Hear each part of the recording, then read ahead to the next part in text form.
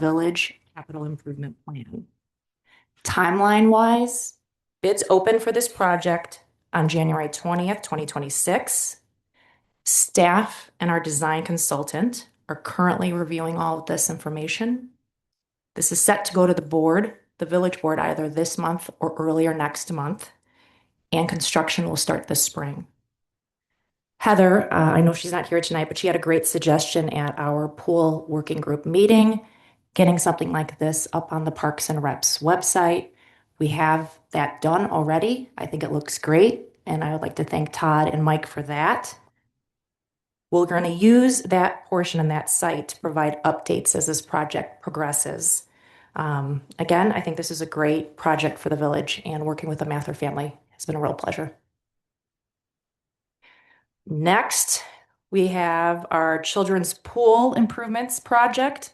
Again, another great project we have. Our children's pool was last updated in 1992, and it has officially reached the end of its useful life, and it needs to be replaced. Well, you know what? I might back up. Give me 1 second, please. Once we are ready to go and the fences are up at Robbins Park, this is the rendering of what the postcards are going to look like that the neighbors will receive. And this will be also going up in front of the construction area so that the community has an idea of what we're doing and what they can expect.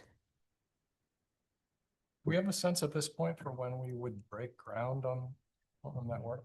Fingers crossed, warm weather, April. 2 months for completion, and then we should be, able to present everything there. Plantings, we probably have to wait till about May 15th. So the footprint doesn't change, right? In terms of the current playground? Everything is staying the same footprint-wise.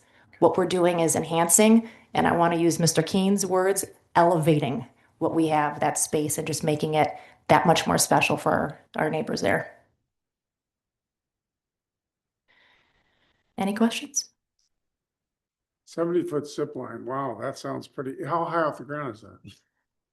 Gentlemen, I know it's 70 feet Wow, that sounds long. pretty. I'm impressed. Michelle is one of the folks designing it, so perfect resource to have. Yeah, so you're only about 18 to 24 inches off the ground when you're flying through the air. So if you drop, it's not too far. You'll be okay. Yep. I thought maybe it was starting at the tree house. But to answer your question, Mr. Moore, footprint is staying the same. Zip line should be, I think, fantastic. Personally, I think the vine tunnel is just going to look really nice when you walk in, giving just, a whimsical, magical feel to that area. And again, elevating it to give us a nicer space there. Okay, the pool. So the pool was last updated in 1992. It has reached, like I said before, the end of its useful life, and it does need to be replaced. It has been purposely designed with key staff members and feedback from our 2025 Community Pools Survey. This new design will have a spray tunnel, a zero depth entry, and an improved layout for parent-child swim lessons. Mr. Frank Parisi is right here to my left. He will be giving a presentation to all of you tonight. I want to say thank you to him and thank you for, again, I know some of us have already seen it, but I think it's going to look really great and this is going to be a fantastic design. Our next steps tonight, we can meet with the community. If anybody has anything to say, gather any feedback. This matter will be presented and discussed at the March Plan Commission meeting, then sent to the village board for discussion and approval. Goal, construction to start fall 2026, completion for the fall or the summer 2027 pool season. My personal opinion, I think the design looks great. I want to thank Williams Architect, our staff and our working group. I appreciate all of your time and your feedback. Mike, Andre, Todd, anything else did I miss? Any questions? No. All right, last we have on our topic of things to talk about our Parks Comprehensive and Strategic Master Plan. Upland Design is our consultant on this project. They're also helping us on the Mather Robbins Park project as well. Michelle is here with us tonight, and she's going to provide all of you with a presentation shortly. A few points. We have a great working group. We have members of the board, Mr. Banking and myself. Your very own Mr. King and Mr. Boroff are serving on that group, along with key staff and personnel. Details of this plan will include two prongs, in my opinion, a comprehensive master plan, which includes a full evaluation of our existing parks, open spaces and facilities, public outreach efforts, and a resident survey, and a whole evaluation and assessment of our community needs. All of that's going to get bundled together into a strategic plan. This will serve as an outline for us to get everything done. It will also serve as a live working document to guide our budgeting process and our long-term discussions for the board and the parks. Again, you're going to hear from Michelle from Upland Design shortly. Timeline-wise, what we're looking at, Upland is currently gathering key information and meeting with community stakeholders. Tomorrow, we have an open house right here in the building, 5 o'clock. I encourage you all to go, invite your friends, residents, and we can go from there with, digging into the next steps so that we can, get a nice tool and a backbone for us to work on going forward in the future. I'm always happy to answer any questions, and I know Michelle is happy to answer those as well. Anything else? I don't want to put you on the spot, It's okay. but could you touch on briefly a fourth topic, which would be the dog ordinance? Of course. I believe that's been now approved, maybe Yes. both readings. Thank you all for your help and your input there. Everything was approved at our last village our last village board meeting.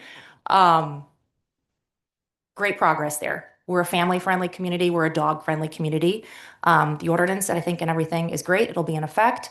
I wanted to again thank Todd, Mike, and Andre. We really ironed out some of the details with the signage, just making it a little bit more clear, crisp, and concise.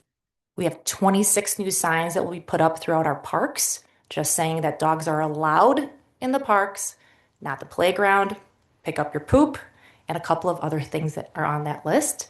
And there will be one nice, thorough sign that will be up at KLM at the off-leash area.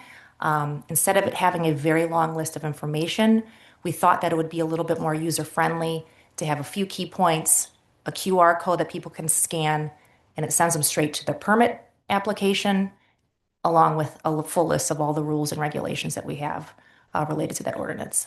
I think it's going to... Oh, and you have copies in front of you. Great. Well, and I know that's been a long time coming and Yes. really a couple of years of work from the commission. So thank you for moving that forward. And just to be clear, that in my mind, it sort of covers two elements of how we address dog, the rule and the permitting process there. And then, which I personally feel is a great advancement. So. And thank you to all of you for your... Thank you all. I'm excited to see what happens. And as always, as Greg also said, feel free to reach out to any of us for questions, staff or Kathleen. We're handling The process, or it's just like whoever shows up, we don't have any idea. Upland will do a really nice presentation of the breakdown of what we're doing, with respect to the comprehensive plan, and then touch on when we're going to have some community touching points, some pop-up events. That's the next phase of how we're going to start gathering information before we circle back and get it, together for us to have a really healthy discussion about where we want to see our parks go. Okay. And is that a commission meeting, or are we just encouraged to? See what's going on. But it's not an official meeting. But you are more than welcome. And Michelle can talk more about sort of the specific plan for tomorrow in her comments. Great. Thank you all. Yeah, Michelle. Have a great weekend and happy Valentine's Day. Thank you. Thank you very much. Actually, I have a Robin's question for Yeah. Michelle. Oh, okay. So one of the comments that I've gotten from a number of community members is concern around the younger kids area of Robin's being replaced by a zip line. And in your renderings for the play, it specifies the play equipment is ages 2 to 5 and whatever was originally circulated for us. Can you speak any more to how you think, usability is for it? Yeah, the photos the 3Ds are a little bit small, but the west end, if you look at the lowest corner, the west end is a shorter area. Or, Down here. Mhm. So the structure really was created to allow for a younger to be part of it and an older being part of it. And the zip line is I can't even tell you how exciting it is for that 7, 8, 9, 10-year-old who is often getting bored and not in program. So there's definitely a balance between having stuff that excites our older kids and things for our younger kids, but there is area part of that structure that's really geared toward our 4, 5-year-olds, maybe 3, so that they also play. It's also just really, I think, fun, imaginative, and our younger kids love imaginative things. So if up on there, it could be a spaceship, it could be, your big tree house, it could be somewhere on an island far away. So that's part of the charm of the structure, is that it's really fun, imaginative. It looks great. It looks really neat. I think that the follow-on comment I would have is this one actually is labeled 5 to 12 as the age span for the playground. If community feedback is that this is, I know that the intention of staying within the existing footprint was because of speed and ease of execution for the project. If the feedback is that we need more space for younger kids, I would hope that we would just be open-minded about expanding the footprint in the future. It's doable. It's right? 100% Also, doable. you could put panels in, you could put musical instruments in, you can play some ground level stuff that actually doesn't even need to expand and doesn't need use zone, and that could add some features as well. That would be in that 2 to 5 range. If we have to call them 5 to 12, even though we're looking at trying to have a 2 to 12, because if we don't say 5 to 12, we can't have any down above 4 feet. And that's it's a CBSE guideline. So And those points that we're trying to hit spot on of how can we take what we have and elevate in certain areas to elements that we saw. So we would have to properly budget for that. Thank you. Right. Thank you, John. I Well, appreciate it. thank you, Trustee Fisher. Okay, anything else on old business items? Yeah. I got one. I've got one question. I know it's come up a few times, but we even had the full blown presentation about 6-7 months ago. But the turfing over at Dietz Park, is there any status on that? I'm sorry, The artificial. the artificial turf over at not Dietz. By Dietz. So the Back Park. the project has been placed on hold. The individuals that were leading that from the community have hit the pause button. Was there any work done on it up until they hit the pause button, or? Yes, They- a considerable amount of work had been done by the village to evaluate the feasibility. So if that project were to move forward at a future point in time, we have done a considerable amount of work related to the engineering and doing financial analysis in what the cost would be to actually have that be turf as opposed to grass, and the utilization as well. It has been factored into the tail end of the CIP. I can't remember what year it is, if it's 29 or 30, but we did put a placeholder in our capital plan in the outer years. And I would hope that if there truly is a community need for artificial turf fields, that kind of information would come out in our master plan project, that, we'd hear that sort of request or need. And it's quite timely that there is a comprehensive plan being done so that we can hear from all of the residents to understand what their desire is to do the programming for the next 5, 10, 20 years. I like that sequencing better. Mhm. Start with asking the questions first and then designing the solutions. Okay, well then moving on to our 2 main new business topics. And we're going to start with our Hinsdale Community Pool, the children's pool area. And Mr. Frank Parisi from Williams Architects we'll have our opportunity for comments, discussion, questions. Excellent. Good evening, everybody. Pleasure seeing some of you again. So my name is Frank Parisi. I'm managing principal and president of Williams Architects this evening. So we're the newest development at Hinsdale Community Pool overall. So I want to share a couple of items. Agenda for today, I think, trustee, for some of the design parameters that the staff, along with the working group, had established for our team. I'd like to present the concepts, list some feedback. I'll go over a little bit of a timeline and then go over next steps overall. Of course, if along the way, please don't hesitate to interrupt me overall. So first thing I like to cover is design parameters. So when we met as a team, well, I'll do a little historical piece, but I think Trish actually alluded to that. When we first started the season, there was intent to actually replace the deep hopper with that regard with staff. And then the 2025 season that we discovered there was actually pipe breaks into the kiddie pool. overall. It's a in-kind replacement of the kiddie pool overall due to the pipe failures. We want to incorporate similar amenities to that. So from a perspective, utilize the existing filtration and sanitation system that is inside of the building, which was replaced in 2020 with regards to that. So we wanted to capitalize on that. And of course, due to current Illinois Department of Public Health code requirements, we wanted to actually address those with any new development that we were proposing there. Operationally, it was very important to actually maintain the staffing levels, lifeguards there, so that there's no additional cost to the village with regards to that. So we have consideration that into the design, and then also work within the village's budget, which is established at $1.1 million with regards to that, and try to maximize the, I call it the play value out of the pool with the $1.1 million. In 2025, there was also a community survey that was put out to the residents of the village, and they also asked for a little bit of deeper water as part of that survey, some additional shade, a slide, and an additional play feature. Okay, so I'd like to go through, I think we've accomplished and hit all the design parameters that we established with the village and the staff as a design concept. So I'm going to just give overall presentation on the amenities. I'm actually going to zoom in a little bit. I just wanted to share relationship north is up on the plan and going into the kiddie pool area, which on the south side overall. And then I'm going to go into, before I get into these, I'm just going to enlarge the plan, a little bit easier to see. So a little bit of orientation. So if you look at the plan, the dotted red line or the red line that I have in the floor plan is where the existing footprint is of the building. Okay, with that regard, considering we were actually trying to maintain the volume well, which is directly related to the sanitation and filtration of the system, we needed to maintain that particular volume. So although the pool does seem that it's slightly smaller in configuration, it does meet additional criteria, zero depth entry that goes from 0, we'll call it on the west side, all the way to 2 feet on the east side with regards to that. I don't know if you guys can see that. I'm going to do my best to point. So from here to here, and here's that red line that we were looking at. Okay, so the actually that's introductory swing perspective, which was actually requested by the community overall. What's the current depth? 1.5 feet, 1.5 feet. Sorry, I was getting to that. 1.5 feet the current depth with regards to the pool. Of course, increasing the play value, we actually incorporated a play structure, which does not have standing water. That actually helps from an operations perspective because there is no standing water. It does not have to be guarded, and it only needs an attendant with regards to that. And then the orientation of the pool, knowing that the shallower entrance on this side, from the pool manager's office, we also wanted to get increased safety and visibility from the pool manager's office. I'm going to kind of point where that is in the plan. So that is actually opened up and you can actually see from the pool manager from a life safety perspective in that regard. The other thing that I want to talk about on the site parameter is, of course, along with the IDPH improvements, we also want to address accessibility improvements in that regard. So even though we are out of the fence, so the entire kiddie area is actually fenced in, which is also by IDPH, we are actually enhancing the pavement that comes from the bathhouse component to be more accessible than it is now. Right now, it does not comply. Since we're doing work, it's probably behooved to actually improve that ADA accessibility to the actual kiddie pool area.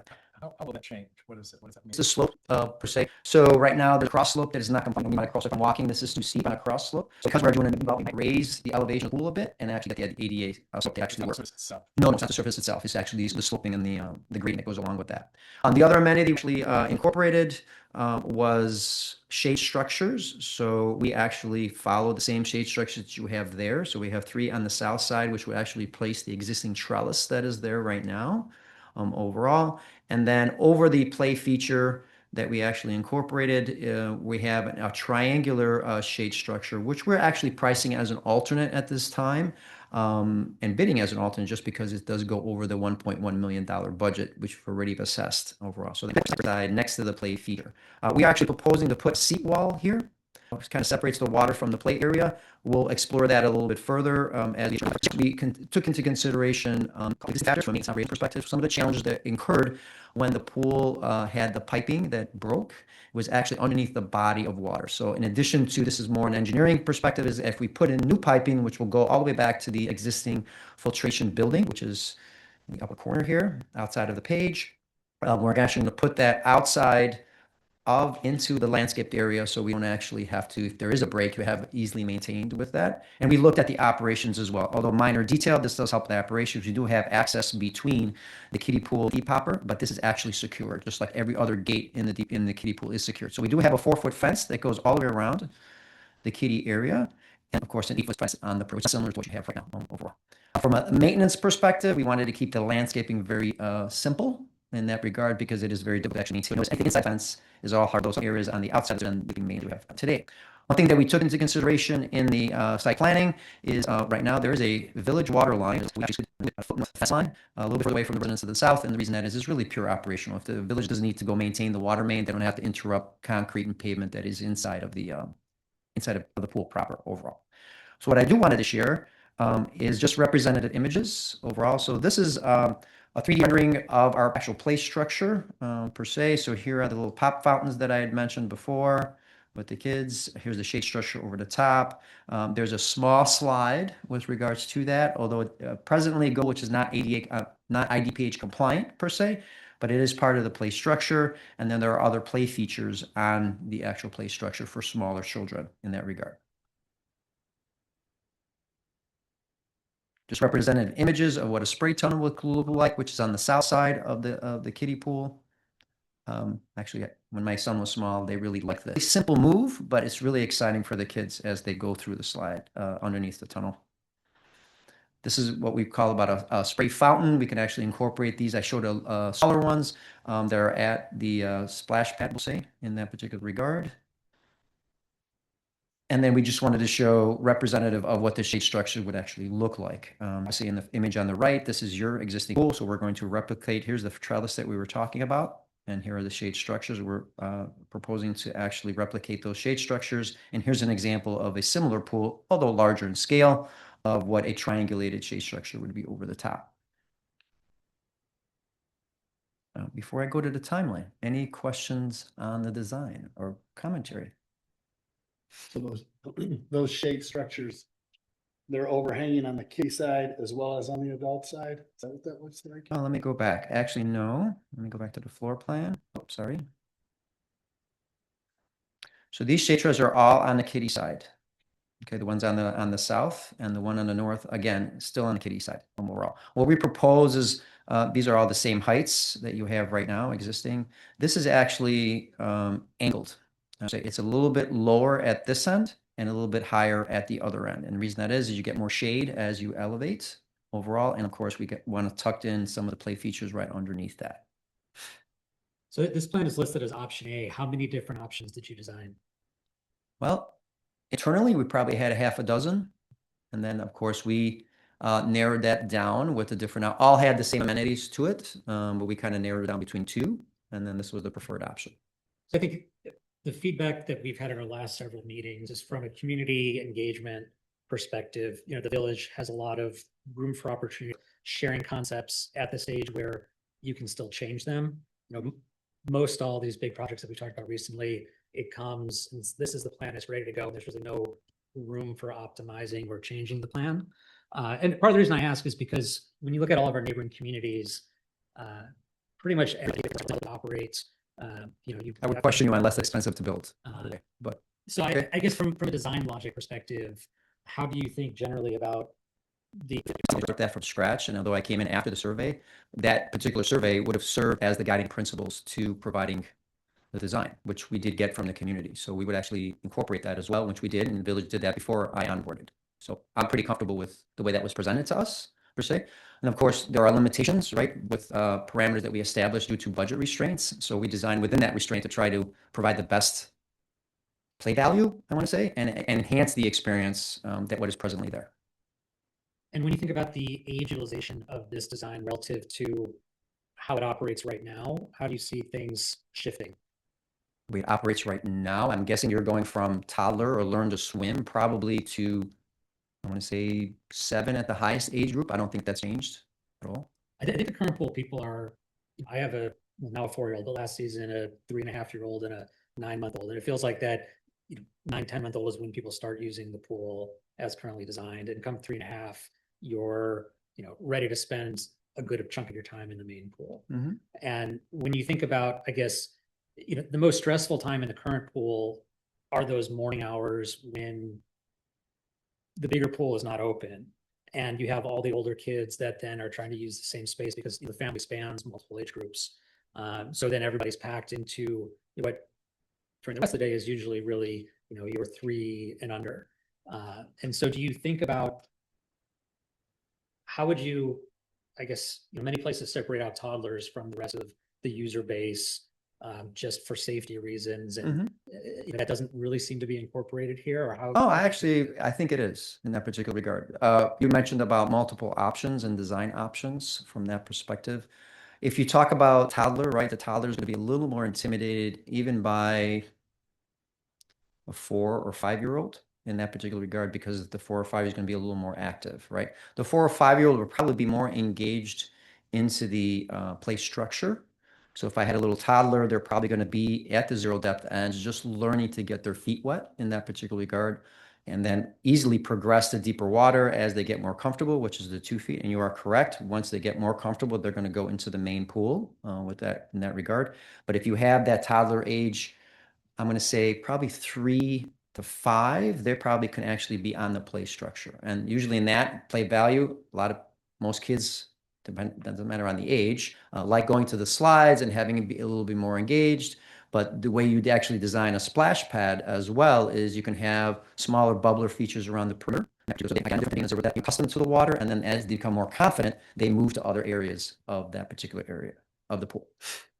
So we did incorporate that thought process into the design. Were there any features, if you didn't have all of the limitations or parameters that we sort of put on you, are there elements that you would have strongly recommended to include in a pool of this sort of kiddie pool that that we're missing, or that I you probably weren't able to incorporate Sure. because we limited you? So I probably would have expanded the splash pad play structure a little bit in that particular regard. Now, what we did specify, this particular structure is adaptable, as in you can actually expand it later, add more components to it. It's actually designed that way. The manufacturer Vortex actually designs it that way. But if I were to expand the play structure, it would probably be where I'd put the additional effort into it. Is it easy to capture that green space that's around, 'cause this past season, it was basically unmowed weeds up to 18 inches. And, there are so many functions that we don't have in the current space. Dining area is an example. If you've got a 12-month-old or an 18-month-old, they're snacking every 20 minutes. So practically speaking, people just sit at the lounge chairs and eat, whereas some of our neighboring communities, Oak Brook as an example, adjacent to their splash pad, they have picnic tables set up that have bubblers or other features that kids can climb on and their parents can watch them. In that grass area with that regard. So if I remember this correctly, a couple things that are happening here. There is electric lines that come through. There's a storm line that's right in this particular location. I'm just kind of pointing. Hopefully you can see that. There actually is light fixtures which are in that regard. Or you have a panel-based system where you can pull up. Anything is possible. Now, to address your thing, and I'm going to go facility, it is nice that they actually have a eating area. I'm going to assume that it is separated from any body of water because that is the requirement from IDPH, regardless if it's a splash pad inside of a pool proper. So I'm assuming that that's what they have. So They have, if you call it the bubbler or whatever, that shoots up water within the dining area. In But that same area? Yeah, there's no standing water within the dining area. just because I asked the question in our working meeting, I'll share the comment that although I'll call it the surface area of the water of the pool is smaller footprint than what currently exists, I believe you explained that there's actually more usable space. that is correct. Because there's not a safety zone that's attached to a pool that is into. That is correct. Right. And you have deeper water as well with regards to that.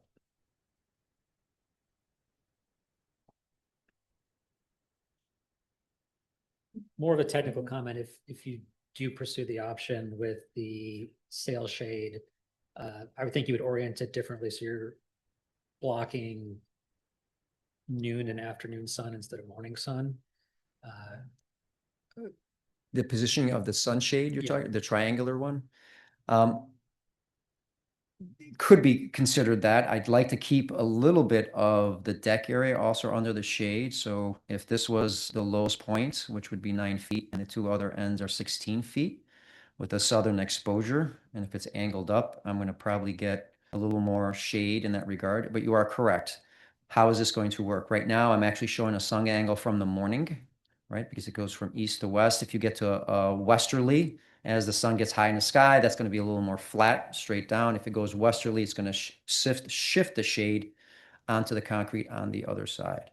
If we were to reverse it, I mean, there's different ways to action that shade overall. We actually thought trying to minimize doing the shade in this particular configuration. Please do remember, we do have to run gutters and piping and everything else underneath that. If I minimized and kept the footings for the highest points in the grassy areas, it would be less impactful to the actual piping and the operation of the pool.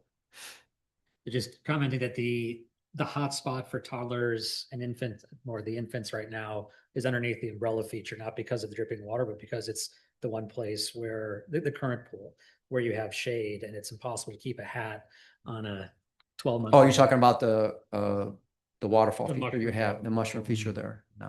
No, we did. I mean, I'm going to be perfectly transparent. We did entertain putting the shade over the pool itself, which we've done in other facilities, but as of recently, IDPH is frowning on that. So I'm not even going to propose it again because we've been denied a variance even to do that. So we did consider putting shade over the water, and they consider it an overhead obstruction with regards to that. Well, depending on the shade height, if you were to put it in the southwest corner of, I can't have it go over the water at all.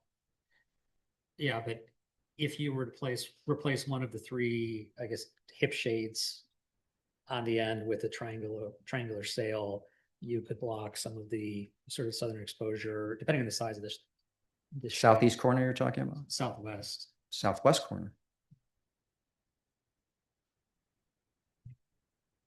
Opportunity. How do we do with the amount of seating for parents? And so in this version versus our current?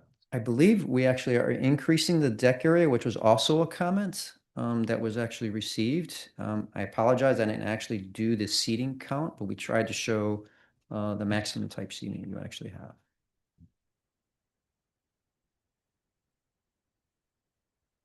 Any other comments, questions? Now, what is the capacity right now for the fire code? For the entire facility.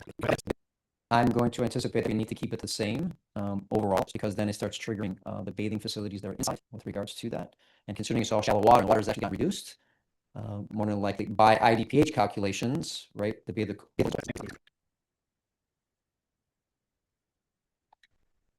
What will you have underneath the play structure? What's the surface underneath the play structure?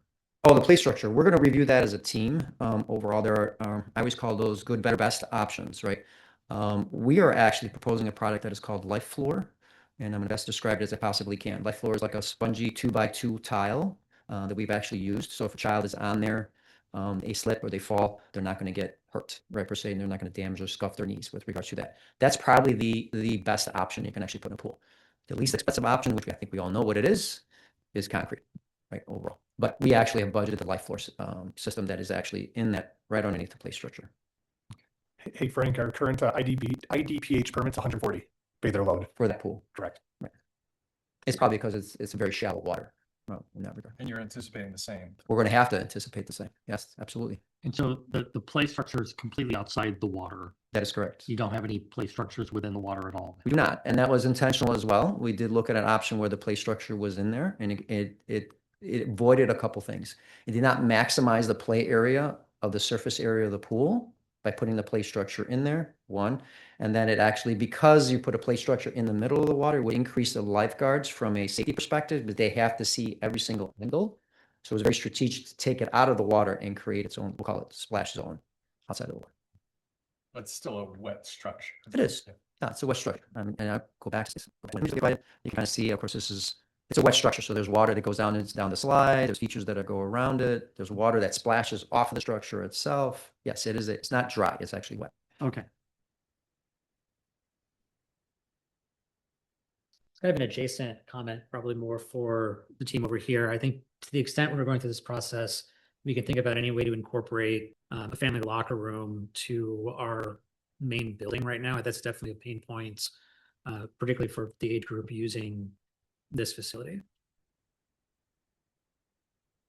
Yeah, I mean, that's all stuff that we're gonna be assessing with the master plan. I know we have some questions regarding the pool specifically. But for the time being, if a family does need like their own bathroom, we do have those outdoor bathrooms. There's 2 of them, that they can use.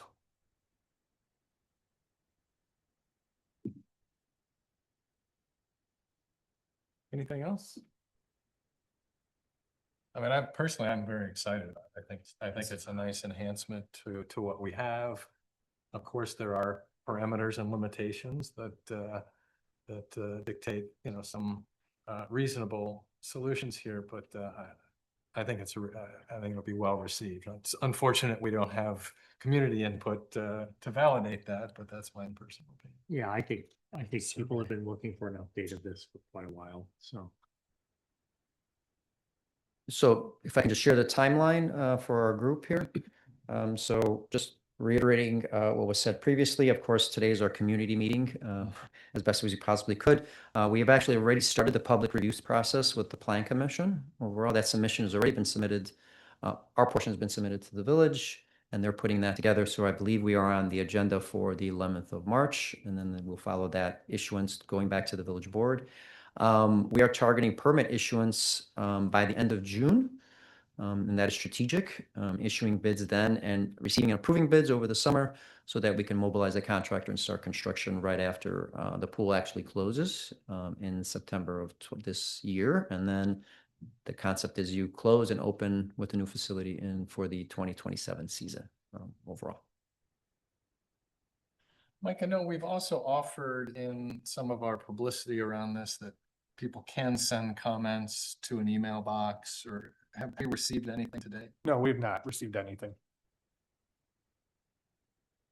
And a planning commission meeting would be another opportunity if somebody wanted to come and share feedback, they could do that there. Correct. And we have it all on our website too, where the public can reach out to us and address specific comments if they have questions. So is the baby pool open this summer or is it shut with all the water problems? It is not going to be open this summer. We've made arrangements with Clarendon Hills. Our residents can go over to Clarendon Hills at resident rates for daily pass. They're not doing a membership because they don't know what their volume is going to be with their new pool. But if somebody really wants to go over to Clarendon Hills and use the shallow water, they just have to pay resident daily rate. Excellent. And then I guess next steps, obviously solicit feedback. Thank you for your time this evening. Really much appreciate it. And we'll start going through the review process overall. Excellent. Thank you. Thank you so much. Thank you. Thanks very much Thank you. for your work and partnership with the village. Appreciate it. All righty, then moving on to our next big project, the master plan. And Michelle from Upland Design. Hello. So this is not being aired in real time, but it is being recorded and it will be put out to this. Just so you know. Thanks. Unfortunately. Nice. Anybody else want to say anything before I get going? No. Okay. Hi, everyone. Thanks so much for having me this evening. Yeah.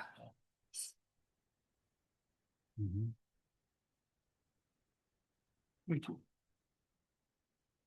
Thank you.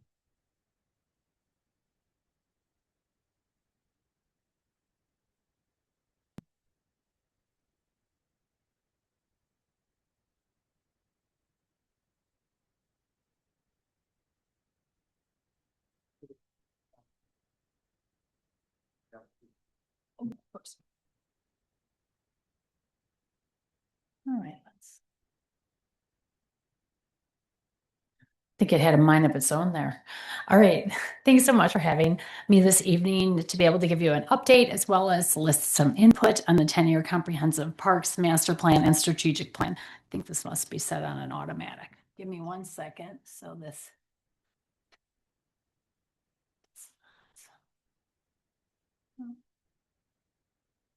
Okay. All right, there we go. Now it will not keep going. So just a little bit of background. Our team that you see showing up at meetings includes myself, a principal landscape architect, and President Liz DeVoe, who's our project manager, and Jesse Flatley, landscape designer. And then, of course, Acuity Research is doing the community-wide survey. We've partnered partnered with them many times, and they really know your community well, which is a nice place to start. And they'll be doing that statistically valid survey. And I believe they've already gotten started, and we're getting close to having that first draft of that.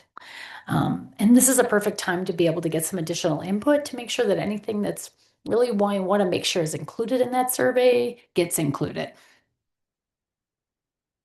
All right, so the master plan has these 3 big components: community input, our existing condition assessment and data, and community priorities. And all those things come together to create that comprehensive parks and master plan.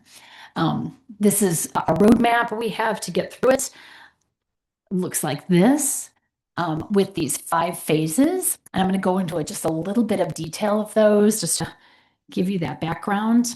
First, the data inventory and analysis. So we've been out visiting all of your parks, taking photos, assessing the condition, and we put everything into categories of being something that is poor, fair, good, or excellent. And that really helps us start looking at what needs to be looked at for potential renovation or replacement, or potentially even removal. If something isn't serving the community and the community doesn't need it anymore, isn't desiring that amenity, then it might be a removal. And that's part of the reason that we want to assess all the things. And then, of course, community input.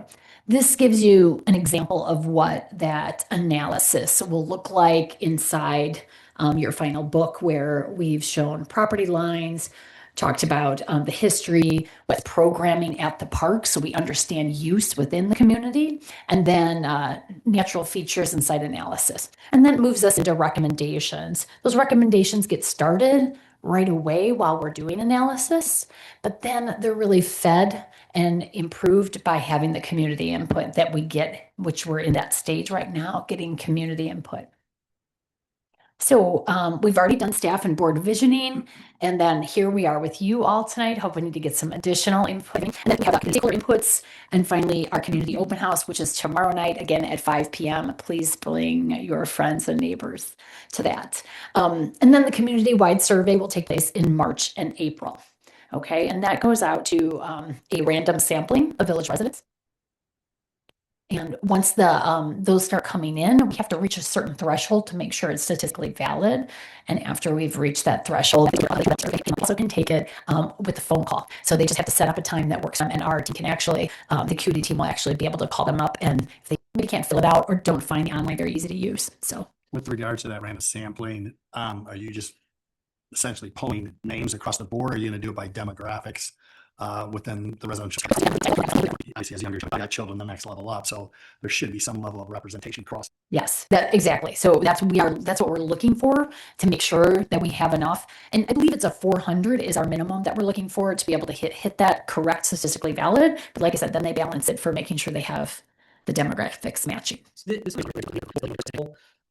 that not materialize? Yes, no, that happened, but it's still, I believe, the way I understand it is that saves the mailing cost. So it actually costs Acuity less money to do it, but because they obviously would be paying their staff, and you're already paying your staff. So there was a savings there. We did talk early on, send it to everyone with the village, or doing the statistically valid number, but only doing random sample. And it was quite a bit of savings to the village. And some people will get I believe some people are getting a postcard as well. So you kind of get to get both. So hopefully that'll push people into answering. You know, when we reach 400 or whatever the exact number is, we won't turn away others who want to respond. No. Right? Yeah. So, and it's online, so anybody could access it theoretically. So there's a time period where not anybody can access it. You have to be in that random sample that it's gone to, and you have in essence a number, that you put in to do the online. And then once that's complete, that we have that number we need plus random sample, you get very similar results. Yeah. Okay. Awesome. Good questions. All right. So then with all of that input, analysis, and data, then we move into the recommendation development. So these are the main categories: park recommendations, best management practices, capital planning, and potential funding recommendations. We'll be looking at some grants and other possible funding that will assist the village. And then we have the final master plan on adoption. So we have this full plan with all of these ideas and recommendations put together. And then the final thing is to turn that into a strategic action plan so that we have very clear, defined action items. They're laid out by quarter and year. So you know when an action item starts, you know when it's supposed to be complete. In essence, someone is responsible for it. So that way you can keep track. This is also in a format, given a format that it's 2.98. So this on the left gives you just a little bit of breakdown on our age groups. So you can see that. And then on the right, a little bit of knowledge about your parks. You guys probably already know this stuff, right? You have 132.3 acres of parks and open space, 9 playgrounds, 16 pickleball, and 8 tennis courts. I actually talked to a community that doesn't have any pickleball yet. Can you imagine? No pickleball. So good job, you guys. You have 16. All right. So this is your overall just distribution geographically of all your different sites. And then you can also see how they're divided up with 3 community parks, 5 neighborhood parks, 9 open space parks, and 1 special use park. A little bit of money on where people's tax dollar goes. So lining up with many other municipalities in Northern Illinois, where the districts are getting the vast majority of that dollar, but the village is getting 7.41%. And Parks and Recreation make up 10% of the village's budget, including maintenance, recreation services, and pool operations. All right. Ask the village staff, because somebody always comes to the meeting looking for an answer. And so this way you have an answer. And then what your top priority is, as well as filling out comment cards. So those are the key things that we'll be having at the open house. And then also we'll be sharing the QR code with questions and answers. And of course, that they can email the village with any questions. Okay. And those comments?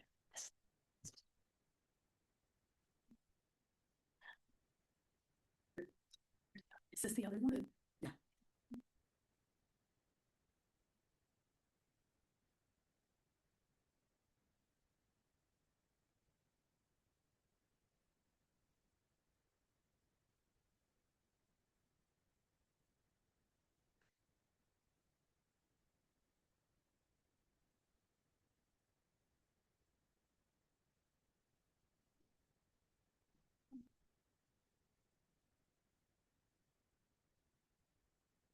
I have a couple more slides I want to show you. Give me 1 second.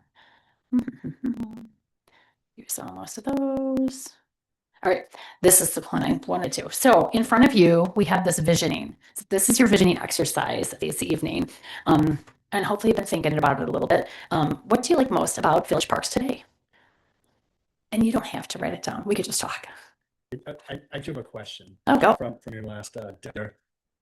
Those comment stations at the house, is that factored into your, into your research, into your research project too? Like, are you going to take, I would imagine that, qualitative data and then you've got that quantitative data. I haven't seen that survey that's been about to whatever your target, 400 folks out there. I mean, is that, pull this all together? Right. So all the stakeholder meetings that we've already held, staff and with the public, and input at the open house, those are all things, issues that are out in the community, both positive and negative, and fun. That helps us create questions.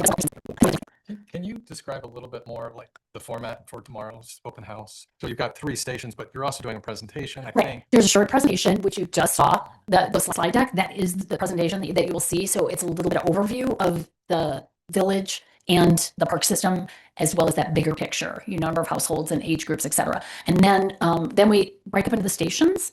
And so then you go, in essence, station to station in any order and be able to give input on the different areas. Yeah. And then we'll have a map, and we have cards. And so a lot of times people really come with their issue, which is great. We want that. So we have these cards and we say, okay, what park do you want to talk to us about? And that way they can give us very specific information right down to their neighborhood park or their favorite community park. Yeah. And you've mentioned that you've already been doing some sessions with different interest groups. Can you describe sort of what those have been and who's represented at those groups? So staff was one of them where we got lots of input, but also then affiliate groups, stakeholders, sports groups, etc. People that are very involved in Parks and Rec, as well as some other representatives, came together at a stakeholder meeting where We did kind of a little bit more in-depth vision process and talking about what they like and don't like, as well as a SWOT analysis. So strengths, weaknesses, opportunities, and threats. And in fact, I do have a few slides visioning to just go over some of that SWOT stuff that we got. And that stakeholders are like a representative from AYSO, for instance, a heavy user of our fields, they're coming and sharing their perspective kind of on behalf of their organization. Exactly. Okay. Right. Yeah. So lots of different people have been in our ears in a good way. Okay. Yeah. All right. So you would like to know from this group some input on Yes. these Exactly. broad questions.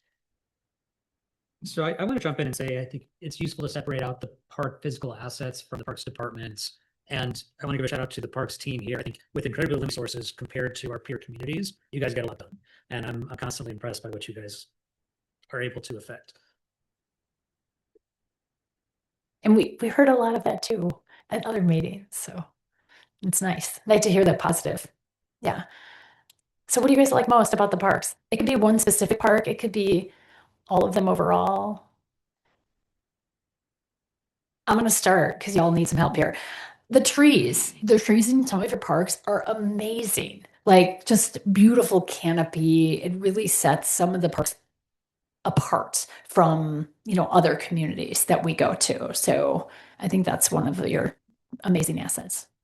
I mean, I guess one thing I would say, and I guess this is more question as to how you're designing your evaluation, the visioning. I mean, right now, my view is what I like is green space.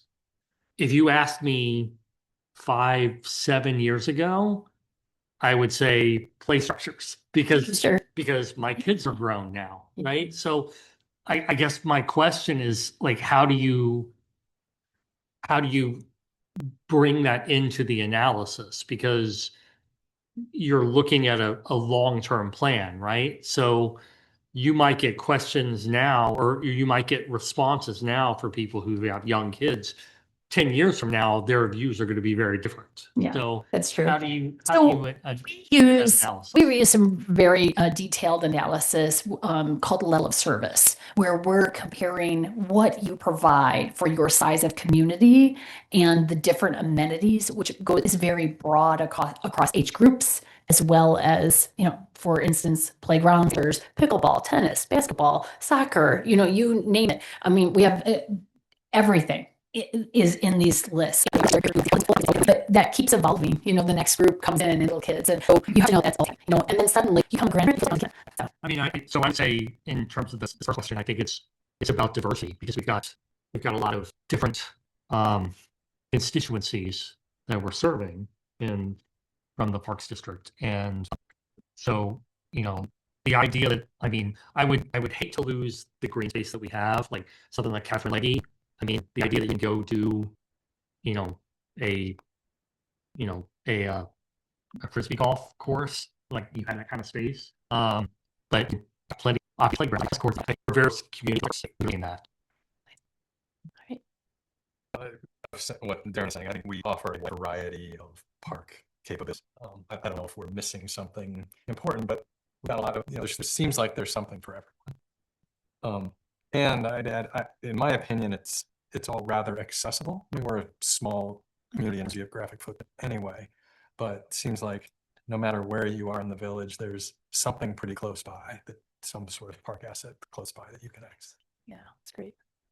I think that I live near Robbins Park, and we used to spend the whole day at Robbins Park doing AYSO, and I used to coach St. Isaac's football over there, and the parks are well maintained. One thing I always remember is the village is very friendly to the users. There's not a lot of get off the grass, or there's not a lot of scolding from the village when you're using the parks and you're doing stuff, and that's what I always take away is they're accommodating the parks. You feel very, if you go to that park is jammed with people on the weekends and Saturdays, so you're getting those. I mean, yeah, and it's our neighborhood. About 2 miles, the place went on to have bowl on there. Others have maybe makeshift sports there for the younger ones. But then there's other ones. There's the play sets and everything else that goes along with it. So I just think it's part of the fabric of the community. It just kind of transcends itself. Like I said, it's seamless. It's almost expected. I mean, it's like my kids, I go from high school to middle school, and they just, I don't know if they can't lie, just for them. It just comes naturally. They don't think there's anything else, out there that's different. Mm-hmm. That's great. Luxuries that they have. An extension of your backyard. Yeah, exactly. I mean, it just happens to be there. I think the geographic dispersal of the parks and non-desirable land that was claimed for parks over time was very smart. Really, with the exception of the northern and northeast corners of the village, everybody has a 10-minute walk or less to a park. That's amazing. All right, anything else? I think it'd be nice if there was more park space. If you look at the map, there's a lot of areas that don't really have parks. I think that during the left station, but there's big parks, particularly like Burns and Robbins, are really nice. I don't know if there's much you can do about that at this point, but You moved right into question two. It was a great job. You moved right into question two. It was a great job. What's change? What would you like to see done differently? So more park space. Not the easiest thing to come across, but we've worked with many landlocked communities that have said this is important. And then believe it or not, things come up. And there are grants out there. To prairies also has naturalized plantings that reduce. The thing that I find most of my living in Hinsdale is just the prevalence of lawn crews during the summertime everywhere. And just having that parks, I think, would be a win for everybody. Nice. All right, what else do you guys dream of?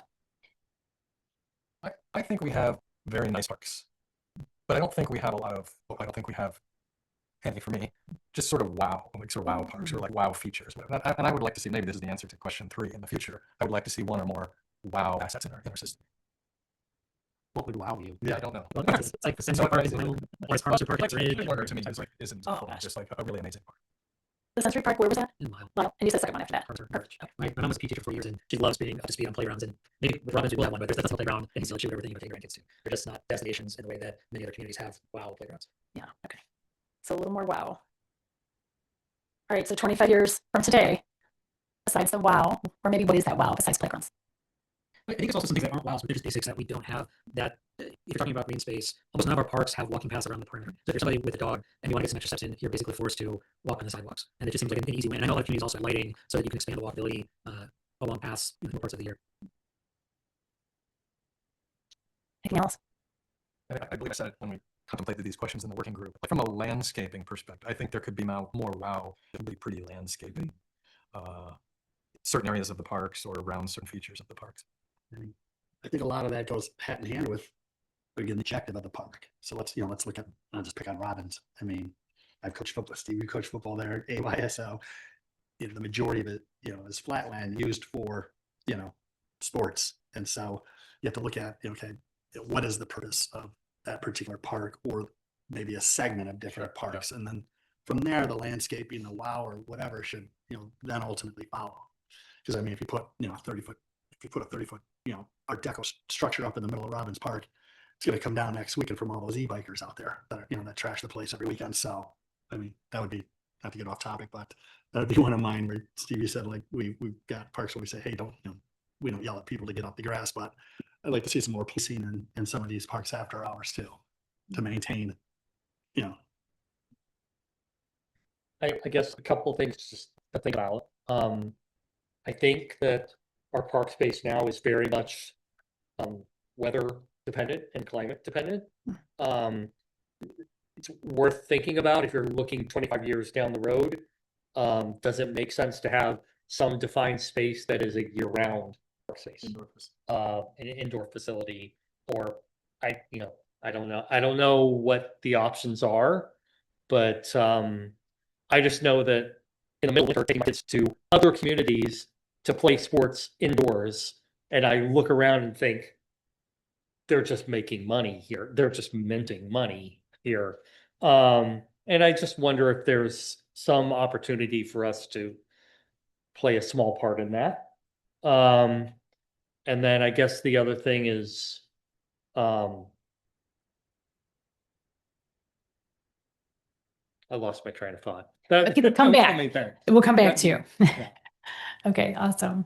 I'd love to see a more reliable funding source for parks and green space in Hinsdale. We are one of the rare communities in the state of Illinois that doesn't have a park district. And your original slide talking about where our tax dollars go, most Robbins comes on the market. It should 100% have been purchased to expand Robbins Park, but the village didn't have any budget for something like that. The church that was sold in the northeast part of town where there are no parks, that should have become a park. But there was no budget for it. And solving those types of problems that we can expand or protect every sort of time, I think, is key. Hmm.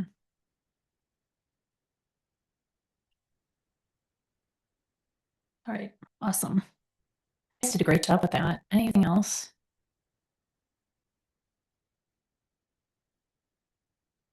And people, so if you come up with it tonight when you go home, you know who to pass it along to get it to us. I think it's really important to dream a little bit and look at that 25-year. And that's when we do the strategic plan, some of those things might not fall right into that, but we always like to have a component that says this is something to continue to have on the agenda to look at, which parklands in those parts of town that don't have it is a perfect, for instance. It should be in the plan, even if it's not something you can afford right now, because otherwise, it gets forgotten. And there are some funding sources, so that could help. All right, awesome. All right, so I'm just gonna go through a little, just feel free to stop me if you have a question as well. You guys are getting good at that too. The SWOT analysis we went through, I just want to give you some highlights of this, of what we heard. This is the staff and the working group input meetings that we got input from. And so strengths, when we look at strengths, we're looking internally, we're looking at current assets, and so quality maintained parks, a small team delivers a high level of service and highly utilized programmed athletic fields. So great job with that. And then community identity, walkable neighborhood-based parks, which you guys also talked about, strong community pride, high participation, consistent use, especially for youth sports and events, and then strong partnerships with community organizations and nonprofits. Facility assets, a strong mix of active and passive recreation spaces, unique amenities, including the 15-meter outdoor pool. Lots of communities would love to have that. And then event spaces that support well-attended gatherings, and finally, successful special events. So those are some of the really nice strengths.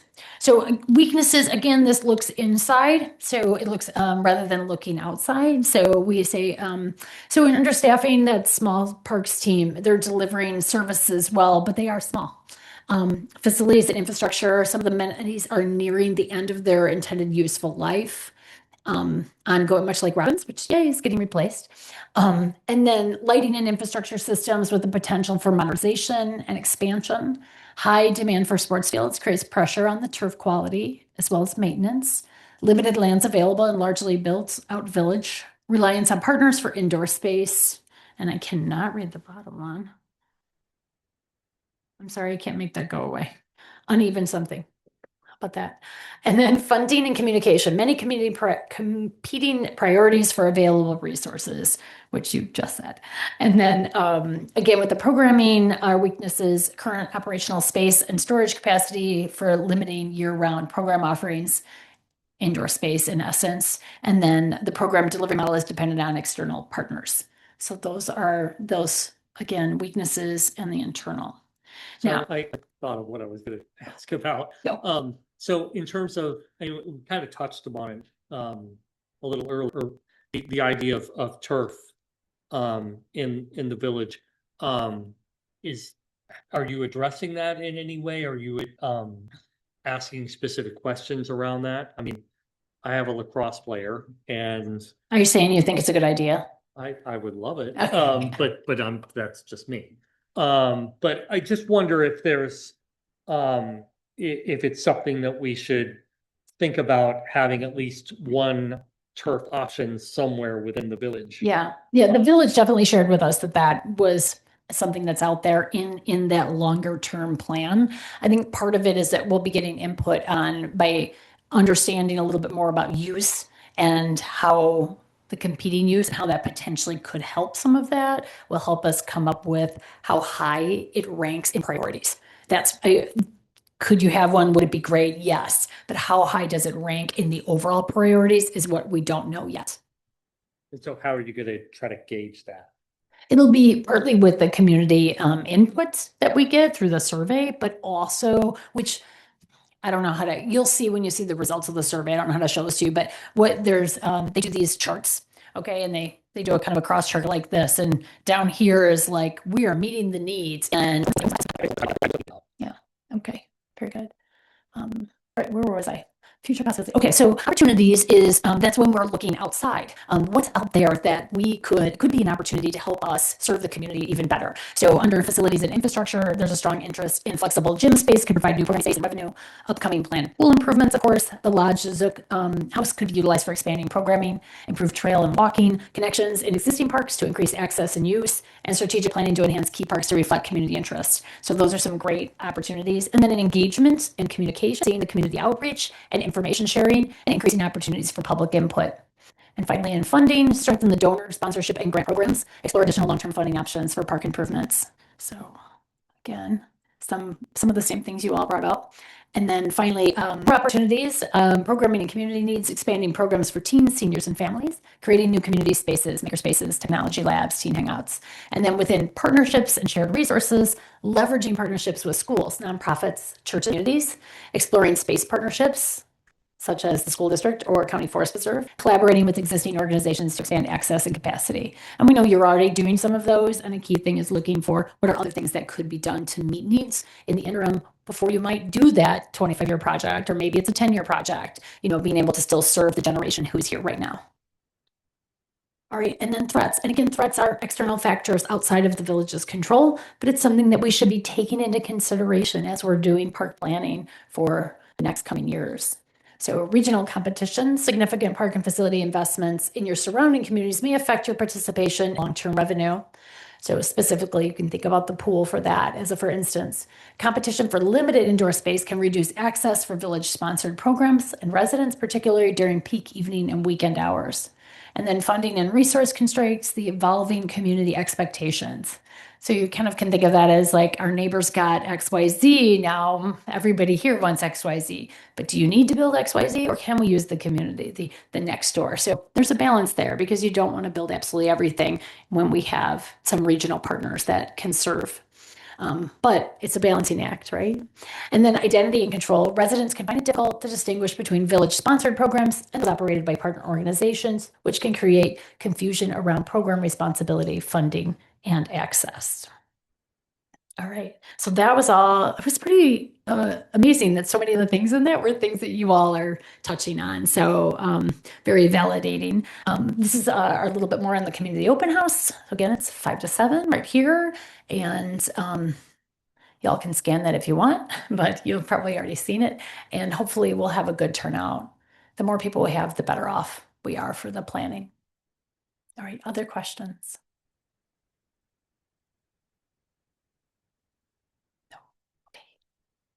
Great. Well, tell your neighbors. Also, don't mind mentioning when you talk to them about the community open house that we'll be sending that community-wide survey coming out in March, and we're hoping that they will all take it. How, just on the survey, how are you? I'm sort of I guess I'm leading here, but I'll just say what I would like to see. Right, yeah. I'm imagining that we will work on the survey questions kind of within the working group and in collaboration with staff and so forth, and we'll get to a draft of the survey.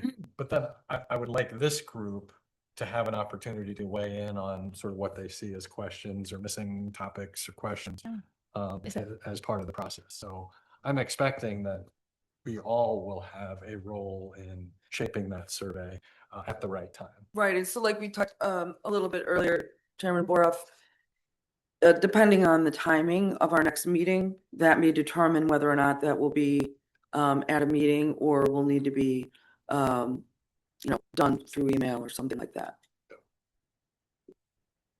Just one thing I was going to mention is that, I mean, it's early February when I know you have an open house too that seems to be set in like midsummer. Just think about, having some sort of input opportunity like uniquely Thursdays during the summer when you're going to have a lot more people out. Can you and mention? about Sure, we can talk a little bit more about that. So one of the things, I think Michelle briefly touched on this, but we are going to be having a number of different pop-up events that will be at those types of special events that we have throughout the next several months. The other thing that our staff is going to be doing is we have a number of opportunities to interact with. It's going to be coming up soon. Also going to be interacting with people at the library. So there's going to be specific areas where our team is going to be going out and trying to solicit some of this information, particularly from user groups like students, kids that, normally it's going to be an adult in the household that's going to be responding to the survey, but we want to try to hear directly those demographics as well. Awesome. All right, good. Okay. Any other comments, questions? Great. Sounds great. Okay, thanks. Thank you so much. We're all very excited about the progress and the ultimate outcome from the work. So thank you. Yeah, you are welcome.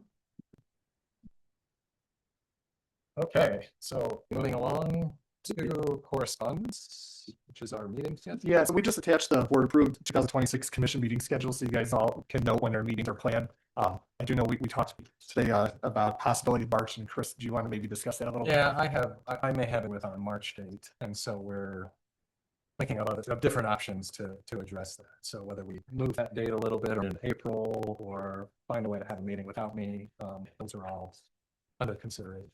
Yeah. So stay tuned in March. We'll send out some.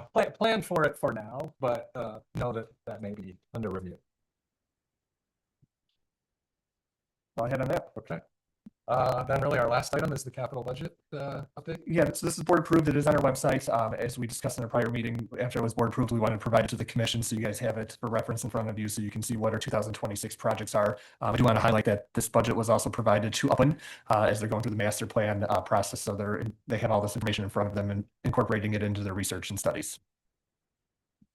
I don't think there's anything new or surprising about no, what's in here. not at all. Really just that it's reached the finish line Correct. and there's now sort of a formal.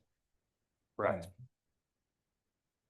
Mowers. I thought we had third parties that mow most, there are a couple chunky purchases for mowers, so what do we use our own mowers? Yeah, our public service department does maintain a couple mowers. At times during the rainy seasons, grass does grow quick, so they have gone out onto ball fields and helped maintain ball fields accordingly. But otherwise, it is contracted out all of our services.